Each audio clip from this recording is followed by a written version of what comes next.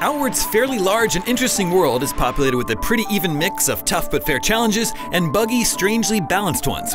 Somewhere in the course of its 60 hours, the challenges become respectable, and some charm below the surface is apparent, but those positive moments are surrounded by a wasteland of bugs, instability, and drudgery.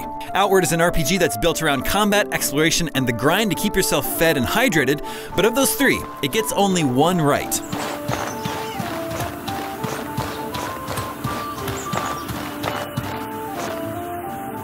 Exploring this fantasy world isn't particularly pretty, since it definitely has an old-school look and feel, but the sprawling landscapes of forests, snowy mountain passes, parched deserts, and demon-infested marshes are by far Outward's strongest feature. There are secrets to discover, sights to see, and interesting enemies to meet. There are no mounts or fast travel though, so having to walk the length of its 4 regions over and over chasing quests does get tedious quickly, but getting to delve into the wilderness off the beaten path is Outward at its best. Feeling like an explorer carving a path into the unknown in search of adventure just over the horizon is a big part of the magic of any open world game. If the rest of the mechanics surrounding that solid core were better, Outward could have been a diamond in the rough.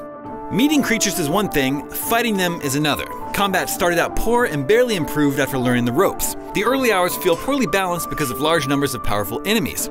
The stingy stamina meter depletes to empty with any sustained defense longer than a few seconds and takes half a minute, if not an in-game night's sleep, to fully recover. Getting enough silver to buy good armor, finally getting a top-shelf weapon, and learning some good skills certainly helps, but doesn't fix the actual fighting. It's still floaty, imprecise, and passive. Circle, block, hit, repeat. The tension evaporates when the mana is spent and the stamina starts to trickle. The magic system, at least, is downright cool and injects some badly needed variety into battles.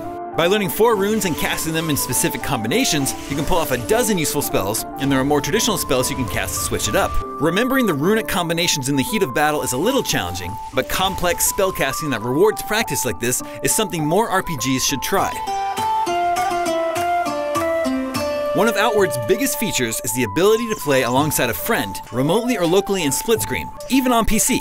Tag teaming enemies is easier than fighting alone, and Outward feels like it's more appropriately balanced with 2 people. Most importantly, the companionship, laughs, and groans of shared failures and exploits added considerably to the experience. This doesn't fix the underlying flaws in the gameplay though. These survival mechanics in Outward are similarly flawed. While having to eat, drink, and rest to stay alive adds a lot to some games, the decisions you make here are so routine and basic that they feel superfluous. Water and food are fairly plentiful, and you can carry enough that dying of thirst is almost never a threat. Temperature is mitigated by putting the right outfit on. It's all too forgiving to be meaningful. Eating better food affords some sparse bonuses at least, but there are always better things to spend hard-won money and ingredients on, like potions, travel rations, or better gear. Sleeping also feels off. You can use it to restore lost health and stamina or pass the time between quests. It's so necessary that you spend way too much time just snoozing, which doesn't make for very interesting gameplay.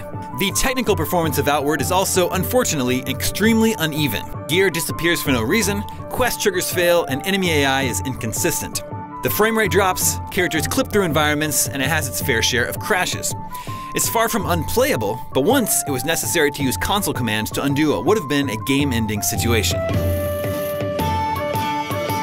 After a rough start, Outward evens out with more interesting enemies, cool magic spells, and varied environments to explore.